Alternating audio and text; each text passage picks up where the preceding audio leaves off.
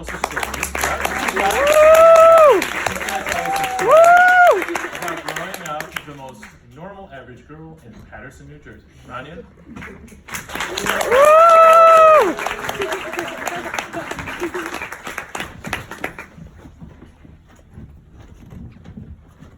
Hello, everyone.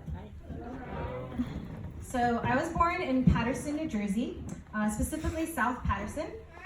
Fun fact, South Paterson is also known as Little Ramallah because of the high concentration of Palestinians and Palestinian businesses in the area.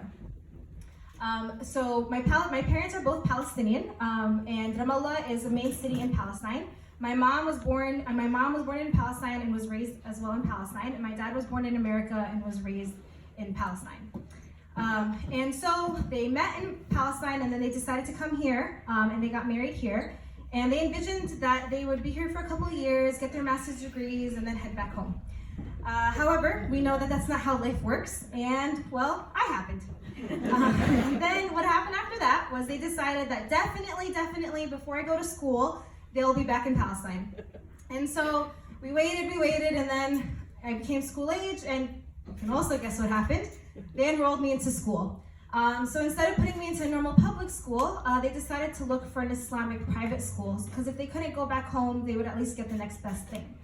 And so I was enrolled in an Islamic private school, and at 3 years old, I started school. And well, let's just say, I graduated school, I graduated college, I got married, I had a baby, I'm enrolled in my master's degree, and well, we're all still here. So as you can tell, plans changed. Why? My parents really enjoyed the school, and they felt that the school really brought something different. And so 22 years later, my 3 siblings and I all attended that school, and we're still in the school system today, with my youngest sister being enrolled there today.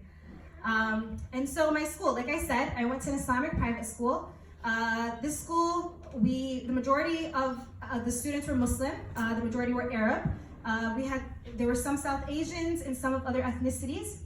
The girls wore a navy blue abaya, which is a traditional Muslim dress, with a white headscarf, like I'm wearing today. And the boys wore navy blue dress pants with a white shirt. The majority of our teachers were Muslim, and we had Arabic classes 5 times a week. We had Islamic studies classes throughout the week. We had Quran classes throughout the week. And some of our classes were gender segregated. Other than all that fun stuff, we were like any other school. We had AP classes, we had SAT classes, and we had all the fun drama of any high school.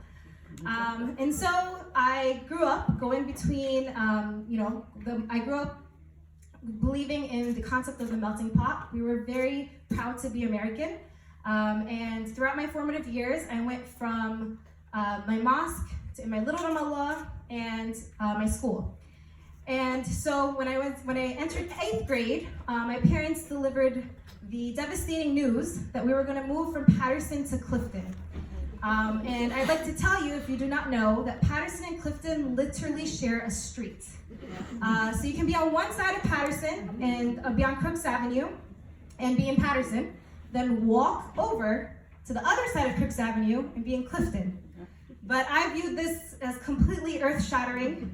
I could not believe that we were actually moving, and I spent most of that year crying.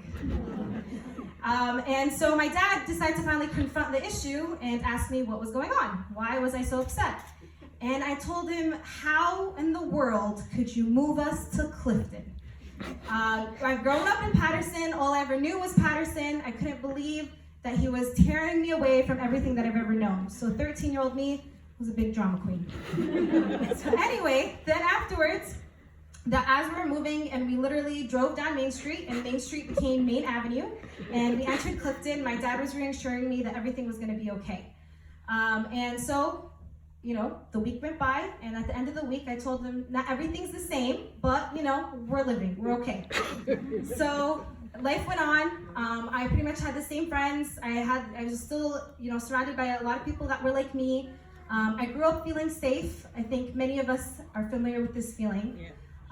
And then when I finally graduated high school, I went into college, and I was in for the shock of my life. I got accepted into New York University, and I finally left my bubble.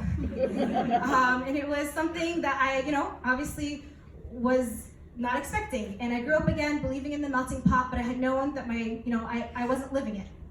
And so I remember the first time when I was in university and I was introduced to the concept of the salad bowl. And I was told that actually America is not a melting pot, it's a salad bowl. And I remember I was so fascinated by this concept. I was now in a world where the majority of people I dealt with were not Muslim or Arab, and even the Muslims I did deal with were from very different backgrounds, came from all different shapes, sizes, and shades. And so I loved this new concept. And I would whenever I'd close my eyes, I'd see the melting pot from then on as a dry, bubbly, bland soup at the bottom of a huge pot. And I would envision the salad as a vibrant, colorful salad, overflowing and just super appetizing. So fast forward a couple of years, my fiance and I were newly engaged, and we decided to attend a family event, a community event with my family. And coming from a traditional background, a lot of people, it was the first time they saw us as an engaged couple. And a distant relative of mine came up to my dad and said, "Listen, I love your family, I respect your family, but I just want you to know, I saw Rania talking to a white guy and being really friendly with him." My dad was so surprised, he couldn't believe what he was hearing. So he ran over to check on what's going on, and he just burst out laughing. He said, "This guy, that's her fiance, he's Palestinian." And he was just in shock, like, really, could that be? To this day, whenever I go into work, this still happens, people constantly tell me, "You're so progressive, you married a non-Arab." So I'm sorry to disappoint, but he's Palestinian. So the thing about my husband is he is mixed race. He's half white, half Arab. And clearly the white genes won the genetic battle. So he predominantly looks white. And he actually grew up, he had a very interesting life growing up. He moved 13 times by the time he was 20. He lived in 3 different countries. He speaks Arabic way better than I do and is more Arab than I am. He was born and grew up in the Middle East. What's interesting is when we go to the Middle East, where he grew up, he's seen as the exotic one, and people are constantly asking him where he's from. And when we walk around here, where I was born and grew up, I'm seen as the exotic one. So go figure. This would be a great basis for an awesome social science experiment. Anyway, so an example of this once happened when I went to a work event with my husband, and the hostess took an absolute instant fascination with me. She wanted to know everything about me. And so I told her there's not much to know. So she asked me, "Where are you from?" I said, "I'm from Patterson, New Jersey." And she's like, "No, but where are you really from?" And I knew where she was getting at, so I told her, "I'm Palestinian with the Venezuelan flair. My paternal grandmother's Venezuelan, and that's as exciting as I get." She wanted a juicy story, but the reality is that I just didn't have one. I tried to divert her attention to my husband and get her to ask him about his fascinating stories, but she wasn't interested. She just kept focusing on me. And I told her the reality is, I was born and raised in Patterson. I moved 6 times within a 1-mile radius. She wanted a juicy story, but I really didn't have one. And her absolute fascination and insistence on knowing everything about me was a bit odd and made me feel very uncomfortable. This incident, among many others, really hit home for me. And it made me think about, that feeling of belongingness that I had as a child, and how I really wanted that feeling of belongingness to stay with me as an adult and to grow with me. And not only for me, but for everybody like me, that's struggling with, the reality of how people perceive them. Me growing up between my mosque and my school and my little Ramallah, I was always very proud to be American. And I had to fight with this thought that other people did not see me as American. And I had to also fight with the thought of, do I conform to their ideas of what American is? And I know that many people struggle with this. And the reality is that it's something that I had to change. I had to do something to make it different. And so through my work at the Palestinian American Community Center, I dedicate myself every day to make sure that we can live in that salad bowl and not live in the lie of the melting pot. And that through we can be seen through our fullness of our identities, rather than be seen just through our surface characteristics. At PAC, at the Palestinian American Community Center, we have kids coming up to us saying that for the first time ever, they feel like they belong, and that they're going to programs that they feel like they belong more than any other program they've ever been to.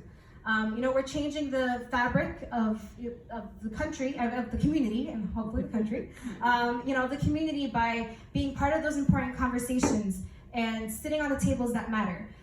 We're finally not being silent contributors and actually discussing the important topics and being invited to the tables that are determining the futures of our cities.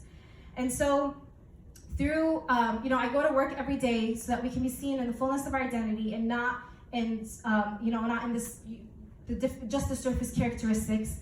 Because the reality is that when we are free to be who we want to be and who we are, that is the American promise. Thank you very much. Thank you, Rania.